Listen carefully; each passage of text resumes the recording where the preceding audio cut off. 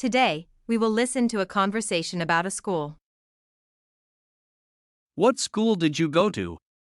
I went to Millennium High School, founded in 1999. Where is the school located?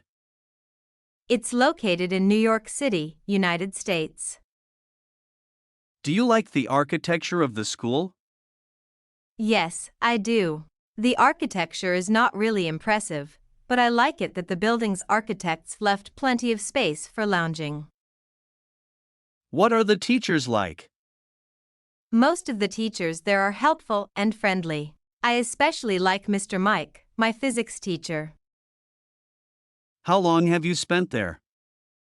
I have spent 3 years of upper secondary school there. Is that a single-sex school? No, it isn't. This is a unisex school. Do you like the school uniform? We don't wear uniforms at school, actually. Why do you enjoy the time there?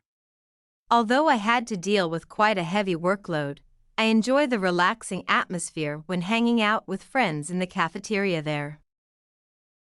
What important lesson did you learn from school? I learned how to work in a group in which there are many friends coming from different cultures. That's the lesson of cooperation. Will you recommend that school to others?